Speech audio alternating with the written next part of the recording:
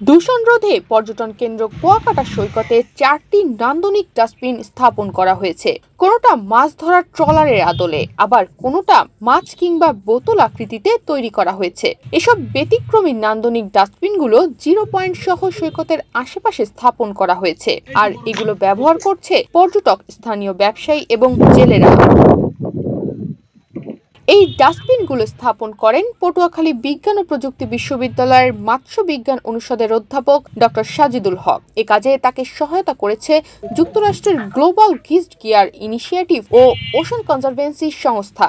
এর ফলে সমুদ্র দূষণ অনেক কমে আসবে বলে মনে করছেন অনেকেই। Double million offer Walton fridge কিনে পেতে পারেন 20 লক্ষ টাকা, রয়েছে কোটি কোটি টাকার নিশ্চিত উপহার। বাংলাদেশের উপকূলীয় অঞ্চলে বিশেষ করে কুয়াকাটা, কক্সবাজার এবং চিটাগংয়ের এখানে টুরিস্ট বা সাধারণ জনগণ এবং বিশেষ করে জেলেদেরকে সম্পৃক্ত করে জেলেদের ছেঁড়াফাটা জাল বা টুরিস্টদের প্লাস্টিক বা পলিথিন এগুলো যেন সাগরে না ফেলে পরিবেশ দূষণ বা সাগর দূষণ না হয়, এই জন্য আমরা তাদেরকে উদ্বুদ্ধ করার জন্য টুরিস্টদেরকে অ্যাট্রাকশন করে তারা এখানে সেখানে ময়লা না ফেলে যেন এই ধরনের স্ট্রাকচারে মাছের আকৃতি বা ফিশিং ট্রলার আকৃতি বা বোতল এগুলোর মধ্যে তারা ফেলে, এবং এগুলোকে আমরা পরবর্তীতে পৌরসভা বা মিউনিসিপ্যালিটির মাধ্যমে সংগ্রহ করে আমরা এগুলোকে রিইউজ বা রিসাইকেল করে আমরা পরবর্তী যেন পুনঃ ব্যবহার করতে পারি। আমাদের এই যে সমুদ্র সম্পদ রয়েছে এগুলোকেও আমরা দূষণমুক্ত রাখতে পারবো, এবং আমাদের যে মৎস্য সম্পদ এবং প্রাণী সম্পদ আছে সেগুলোকে আমরা দীর্ঘদিন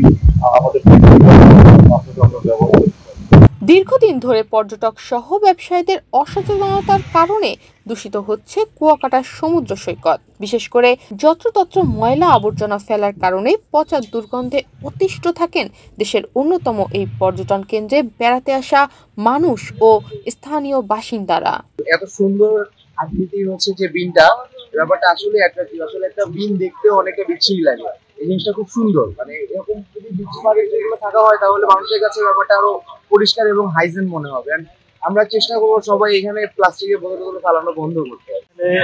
স্থায়ীভাবে ডাস্টবিন ছিল না, পৌরসভায় আগে ডাস্টবিন দিত আবার দিত না, তো আমরা এতে অনেক বিপদে থাকতাম।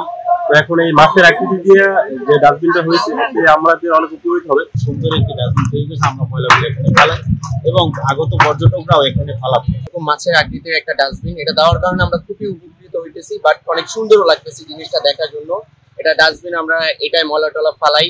আপনারা যারা পর্যটক আছেন এটা দেখতে সুন্দর আছে, ডাস্টবিনে ময়লা ফেলাবেন। পর্যটক ও স্থানীয়রা যাতে আবর্জনা নির্দিষ্ট স্থানে ফেলেন সেজন্য স্টিল দিয়ে তৈরি মাছের বড় আকৃতির ডাস্টবিনটি বসানো হয়েছে কুয়াকাটা চৌরাস্তায়। বড় বোতল আকৃতির ডাস্টবিনটি বসানো হয়েছে সৈকত পাড়ের চৌরাস্তার পশ্চিম পাশে। মাছ ধরার ট্রলার আকৃতির ডাস্টবিন বসানো হয়েছে 0 পয়েন্টে। অপর ডাস্টবিনটি বসানো হয়েছে ফিশ ফ্রাই মার্কেটে। ইতোমধ্যে এসব ডাস্টবিন ব্যবহার করতে শুরু করেছেন সবাই। তনিমা রহমান, বাংলাদেশ প্রতিদিন।